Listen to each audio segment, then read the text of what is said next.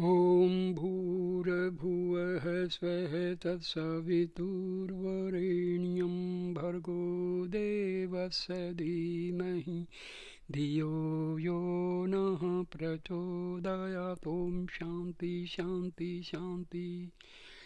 This is the second video explaining self-inquiry of Bhagwan Sri Ramana Maharshi. So I start with a question by devotee. Is the aforesaid self-experience possible even in the state of empirical existence for the mind which has to perform functions in accordance with its prarabdha, the past karma which has begun to fructify? Maharshi, a Brahmin may play various parts in a drama, yet the thought that he is a Brahmin does not leave his mind. Similarly, when one is engaged in various empirical acts, there should be firm conviction, I am the self, without allowing the mind idea, I am the body, etc., to rise. If the mind should stay away from its state, then immediately one should inquire, oh, we are not the body, etc. Who are we? And thus when one should reinstate the mind in that pure state, the enquiry, who am I, is the principal means to the removal of all misery and the attainment of the supreme bliss. When in this manner the mind becomes quiescent in its own state, self-experience arises of its own accord without any hindrance. Therefore, sensory pleasure and gains will not affect the mind. All phenomena will appear then without attachment like a dream. Never forgetting one's plenary self-experience is real bhakti, devotion, yoga, mind control, jnana, knowledge, and all other austerities. Thus say the sages. Disciple, when there is activity in regard to works, we are neither the agents of those works nor their enjoyers. The activities of the three instruments, the mind, speech and body, could we remain unattached, thinking thus? Maharshi replies, after the mind has been made to stay in the self which is its deity and has been rendered indifferent to empirical matters because it does not stay away from the self, how can the mind think as mentioned above? Do not such thoughts constitute bondage? When such thoughts arise due to residual impressions, vasanas, one should restrain the mind from flowing that way, endeavor to retain it in the self-state and make it turn indifferent to empirical matter. One should not give room in the mind for such thoughts as is this good or is that good? Can this be done or can that be done? One should be vigilant even before such thoughts arise and make the mind stay in its native state. If any little room is given, such a disturbed mind will do harm to us while posing as our friend. Like the foe appearing to be a friend, it will topple us down. Is it not because one forgets one's self that such thoughts arise and cause more and more evil? While it is true that to think about discrimination, I do not do anything, all actions are performed by the instruments, is a means to prevent the mind from flowing along thought vasanas, does it not allow also follow that only if the mind flows along the along thought vasanas that it must be restrained through discrimination as stated before? Can the mind that remains in the self state think as I and as I behave empirically thus and thus?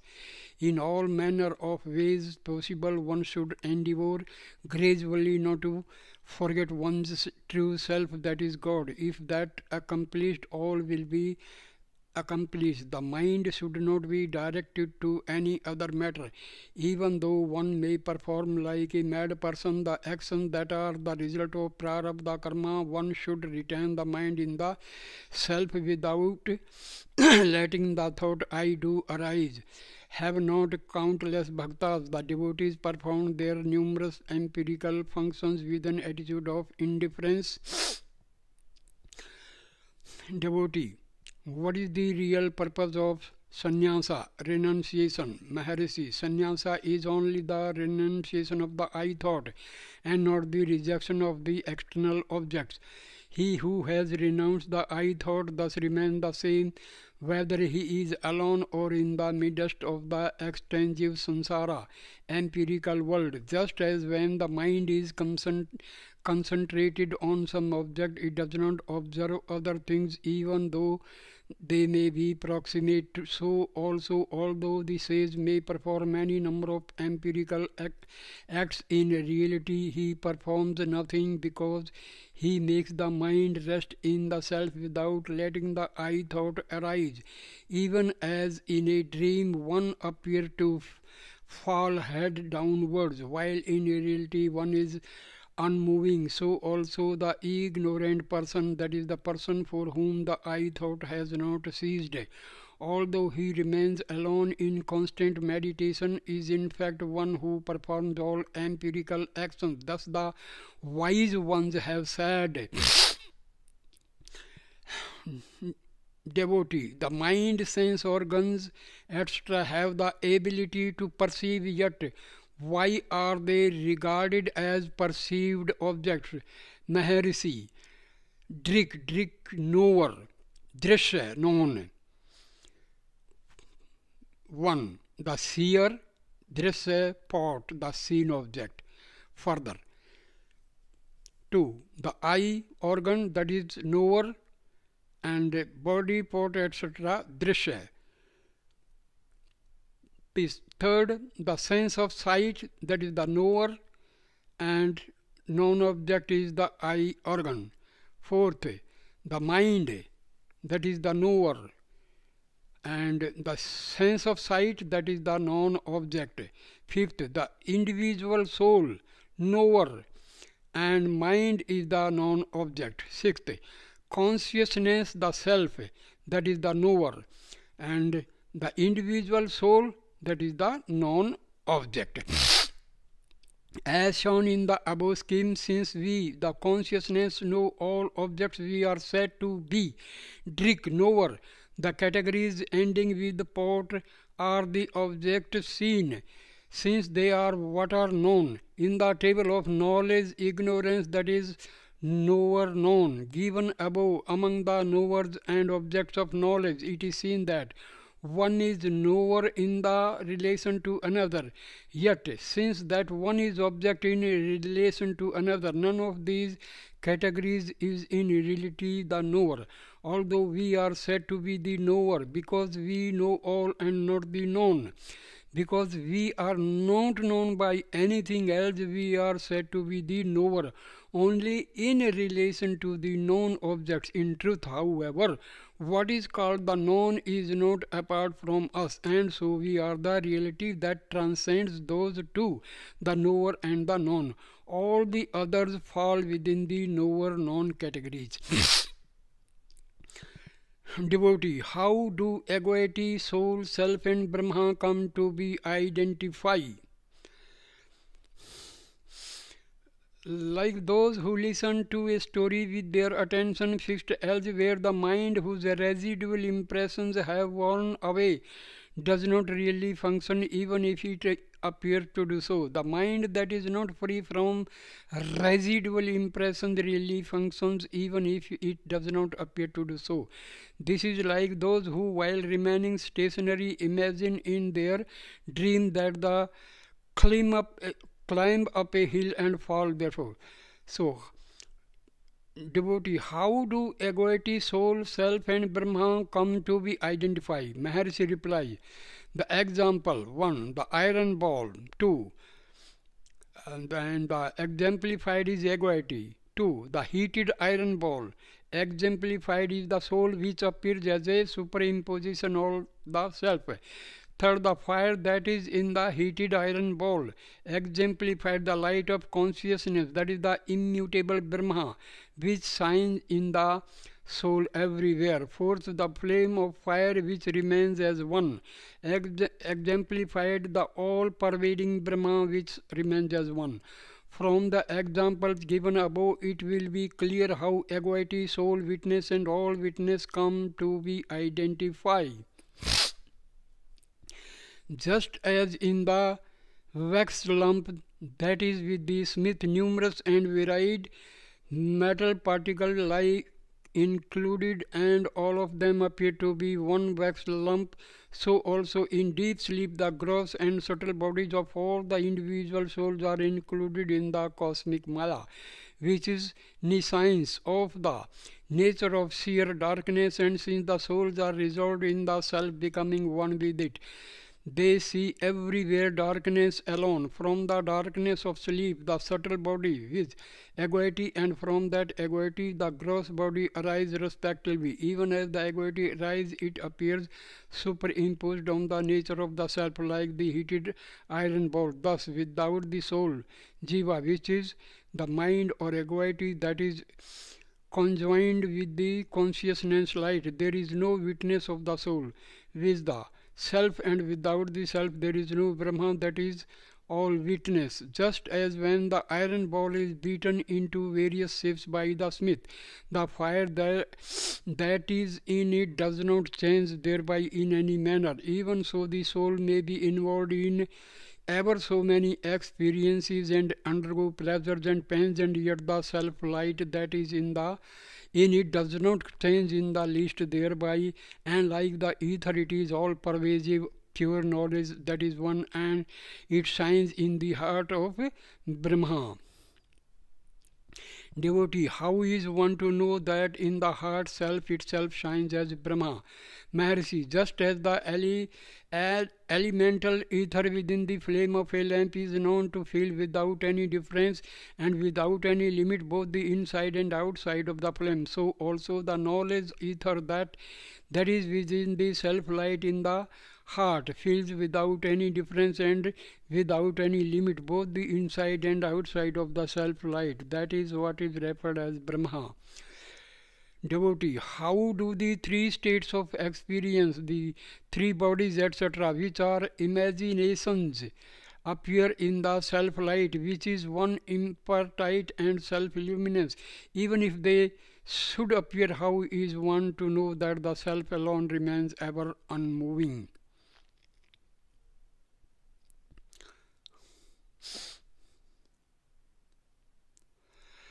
Example, the exemplified lamp, the example lamp exemplified the self. So the door exemplified is sleep, the doorstep exemplified is Mahatattva. Example, the inner wall exemplified nescience or the causal body. Example, the mirror exemplified the equity. Example, windows exemplified the five cognitive sense organs. Example, the inner chamber exemplified deep sleep in which the causal body is manifest. Example, the middle chamber exemplified dream in which the subtle body is manifest. Example, the outer court exemplified waking state in which the gross body is manifest. The self, which is the lamp, shines of its own accord in the inner chamber, that is the causal body. 7. That is endowed with nescience as the inner wall. 4. And sleep as the door. 2. When by the vital principle as conditioned by time, karma, etc., the sleep door is opened, there occurs a reflection of the self in the equity mirror.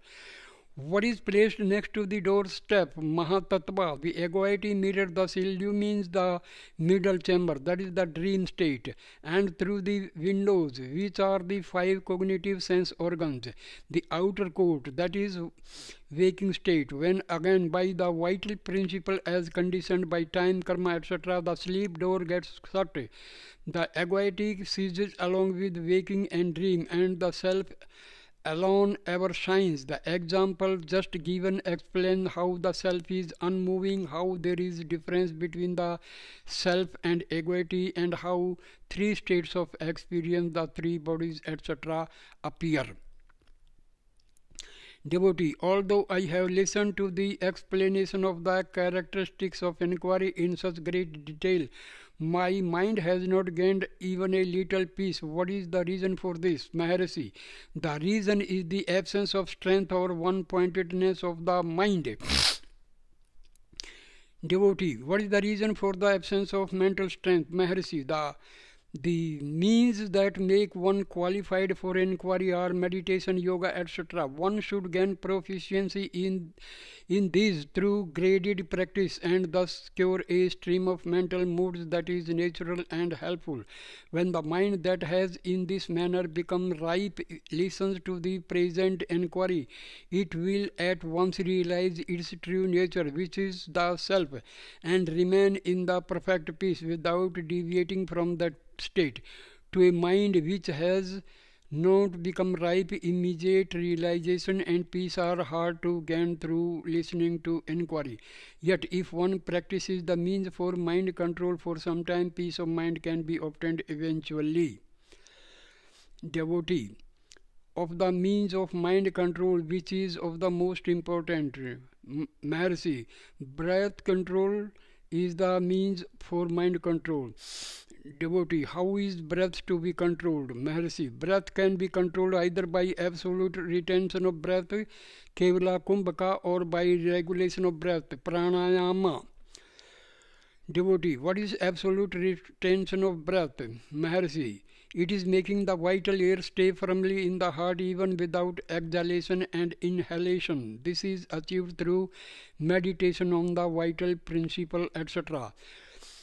Devotee, what is regulation of breath? Maharshi, it is making the vital air stay firmly in the heart through exhalation, inhalation, and retention according to the instructions given in the yoga text.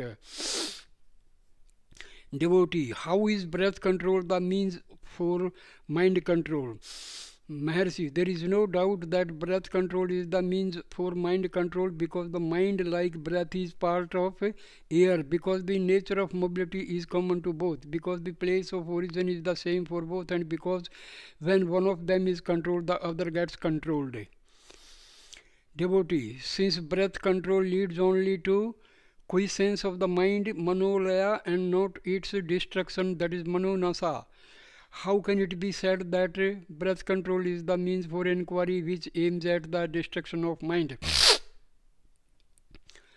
Maharshi, the scriptures teach the means for gaining self-realization in two modes, as the yoga with 8 limbs, Ashtanga yoga, and as knowledge with 8 limbs, Ashtanga jnana, by regulation of breath, pranayama, or by absolute retention thereof, kevala kumbhaka, which is one of the limbs of yoga, and mind gets controlled without leaving the mind at that. If one practices the further discipline such as withdrawal of the mind from external objects, pratyahara, then at the end self-realization, which is the fruit of inquiry, will surely be gained. Devotee, what are the limbs of yoga? Maharshi, yama, niyama, asana, pranayama, pratyahara, dharana, dhyana, and samadhi. Of these, number 1, yama. This stands for the cultivation of such principles of good conduct as non-violence, ahimsa, truth, satya, non-stealing, asteya, celibacy, brahmacharya, and non-possession, apragraha. Second, niyama. These stands for the observance of such rules of good conduct as purity, socha, containment, santosha, austerity, tapas, study of the sacred text, swadhyaya, and devotion to God, Isvara, pranidhana. third asana. Of the different postures, 84 are the main ones. Of these again with Simbha, Bhadra, Padma and Siddha are said to be excellent. Of these two is only Siddha that is the most excellent, thus the yoga text declare. Then pranayama, according to the measures prescribed in the sacred text, exhaling the vital air is Rejka, inhaling is Puraka and retaining it in the heart is Kumbhaka. As regards measure, some texts say that Rejka and Puraka should be equal in measure and Kumbhaka twice that measure, while other texts say that if Rejka is one measure, Puraka should be of two measures and Kumbhaka of four. By measure, what is meant is the time that would be taken for the utterance of the Gayatri mantra once. Thus, pranayama consisting of Rechaka, Puraka and Kumbhaka should be practiced daily according to ability, slowly and gradually. Then there would arise for the mind a desire to rest in the happiness without moving. After this one should practice pratyahara. Pratyahara means this is the regulating the mind by preventing it from flowing towards the external names and forms. The mind which had been till then distracted now becomes controlled. The names and forms, the mind. The aids in this respect are meditation on the Parnava, fixing the attention betwixt the eyebrows. Third, looking at the tip of the nose. Fourth, reflection on the nada. The mind that has thus become one-pointed will be fit to stay in the place. After this, dharana should be practiced. Dharana, this is fixing the mind in a locus which is fit for meditation. The loci that are eminently fit for meditation are the heart and Brahmarandra, aperture in the crown of the head. One should think that in the middle of the eight-petaled lotus and is at this place there shines like a flame the deity which is the self, that is Brahma, and fix the mind therein. After this one should meditate. Dhyana, this is meditation through the I and he. Thought that one is not different from the nature of the aforesaid flame. Even thus, if one makes the enquiry, who am I, then as the scripture declare, the Brahma which is everywhere shines in the heart as the self, that is the witness of the intellect. One would realize that is the divine self that shines in the heart as I. This mode of reflection is best meditation. Dhyana, this is meditation through I am he. Thought that one is not different from the nature of the aforesaid flame. Even thus, if one makes the inquiry, who am I, then as the scripture declare, the Brahma which is everywhere shines in the heart as the self, that is the witness of the intellect. One would realize that is the divine self that shines in the heart I. This mode of reflection is the best meditation. Samadhi. As a result of the fruition of the aforesaid meditation, the mind gets resolved in the object of meditation without harboring the ideas I am such and such, I am doing this and this. This subtle state in which even the thought I disappears is samadhi. If one practices this every day, seeing it to it that sleep does not supervene, God will soon confer on one of the supreme state of quiescence of mind. Devotee, what is the purpose of teaching that in Pratyahara one should meditate on the Parnava? Maharshi, the purport of prescribing meditation on the Parnava is this. Parnava is Omkara, consisting of 3.5 mantras with A, U, M, and Ardha mantra of these is stands for the waking state. Visva, Jiva and the gross body. U stands for the dream state, Tejasa Jiva and the subtle body. M stands for the sleep state, Prajan Jiva and causal body. The Ardha Matra represents the Turiya state, which is the self or I nature, and what is beyond that is the state of Turiyatita or pure bliss. The fourth state, which is the state of I nature, was referred to in the section on meditation dhyana. This has been variously prescribed as one nature of amatra, which includes the three matras AUM as namaskara, um, as monaksara, silent syllable, as ajapa, as muttering without muttering, and as the advaita. The aim of yama and niyama is the attainment of all good paths open to those eligible for moksha. For more details, see works like the Yoga Sutra, Hatha Yoga Dipika. Siddhasana, left. Okay, this can be read in yoga books. Mantra, which is the essence of all mantras, such as Panchakshara. In order to get at this true significance, one should meditate on the Pranava. This is meditation which is of the nature of devotion, consisting in reflection on the truth of the self. The fruition of this process is Samadhi, which yields release, which is the state of unsurpassed bliss. The revered gurus also have said that release is to be gained only by devotion, which is of the nature of reflection on the truth of the self.